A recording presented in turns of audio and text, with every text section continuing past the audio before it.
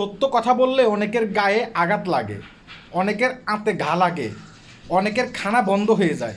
এই কারণে সে এখানে লিখেছে যে তুই কথা কম বল, আমরা সব কিছুই জানি। বুঝতে পেরেছেন? মানে আমি যে সত্য কথাগুলো বলতেছি এগুলো তাদের সহ্য হচ্ছে না। হ্যাঁ, এই সত্য কথা বলার কারণে তারা বাংলাদেশ থেকে অনেক মানুষকে আনতে পারতেছে না। অনেকেই কিন্তু আমার সাথে কন্ট্যাক্ট করতেছে, ভাই মালয়েশিয়াতে কোন কোম্পানিতে যাব, কিভাবে যাব, এজেন্ট এটা কিভাবে বুঝবো, তারা যে আমার সাথে প্রতারণা করতেছে না সেটা আমরা কিভাবে জানবো। তো আমি তাদেরকে অনেক ক্ষেত্রে মেসেঞ্জারে সত্য কথাগুলো বলি। এই কারণে অনেকেরই কিন্তু খানা বন্ধ হচ্ছে। হ্যাঁ, অনেকেরই খানা বন্ধ হচ্ছে। এই খানা বন্ধ হওয়ার কারণে তারা এসে কমেন্ট বক্সে উল্টাপাল্টা কথা বলতেছে যে আমি এখানে মানে আমার কাছ থেকে তারা শুনতে হবে না, তারা সব কিছু জানে। তারা যদি সব কিছু জানে, এরকম অসংখ্য মানুষ মালয়েশিয়াতে এসে কেন কষ্ট পাইছে?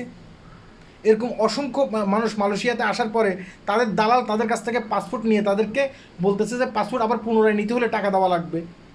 তারা যদি জানে, হ্যাঁ, তারা কেন এই কথাগুলো প্রচার করলো না? এরকম অনেক মানুষ এসে মাঝে মধ্যে এই ধরনের খারাপ কমেন্ট করে, ইচ্ছে আরও নিকৃষ্ট কমেন্ট করে, তাতে আমি কিছু মনে করি না। যেটা সত্য সেটা তুলে ধরতে হবে। আপনি যখন আগামীতে, এখন তো মালয়েশিয়ার ভিসা বন্ধ, আগামীতে যখন আপনি মালয়েশিয়াতে আসবেন যাচাই বাছাই করে আসবেন। আমি আবারও বলতেছি, আপনি যদি আমাকে নক করেন আমি আপনাকে বলবো, হ্যাঁ, যদি আমি যতটুকু জানি, এবং কি আপনার বাড়ির আশপাশে যদি কেউ থাকে মালয়েশিয়াতে, তাকে জিজ্ঞাসা করবেন আমি তো একটা কোম্পানিতে যেতে চাচ্ছি, সেই কোম্পানিটা ভালো হবে না খারাপ হবে আমাকে একটু বলো, এই কোম্পানির অ্যাড্রেস হচ্ছে এইটা, তোমার যদি সম্ভব হয় তুমি একটু গিয়ে দেখে আসো, সেখানে যারা আগের ওয়ার্কার আছে তাদের সাথে কথা বলো। এভাবে কথা বলে আপনি আসতে পারবেন। আপনি 5 থেকে 6 লক্ষ টাকা দেবেন, আপনি কি একটু কষ্ট করতে পারবেন না, যাচাই করতে পারবেন না?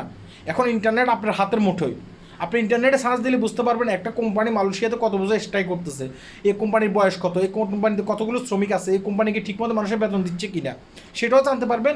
এবং কি আপনার বাড়ির আশপাশের কোনো ব্যক্তি যদি থাকে তাদের কাছ থেকেও আপনি জানতে পারবেন। হ্যাঁ, জেনে শুনে মানে মালয়েশিয়াতে আসা ভালো। আমি অন্য কোনো দেশের কথা বলতে পারবো না, কারণ অন্য কোনো দেশে আমি নেই। এখানে অনেক মানুষ এসে কষ্ট পাইছে, অনেক শিক্ষিত মানুষগুলো এসে অনেক ক্ষেত্রে রাস্তার ফুটপাতে শুয়েছিল। আমি অনেক ভিডিও করছি এটা নিয়ে, আমার পেজে গিয়ে দেখে আসতে পারবেন। বুঝতে পেরেছেন? তো ওই সত্য কথা বলতে হবে। তোমরা যাই বলো বলো, কোনো সমস্যা নেই, আমি এগুলোতে কিছু মনে করতেছি না। আল্লাহ হাফেজ।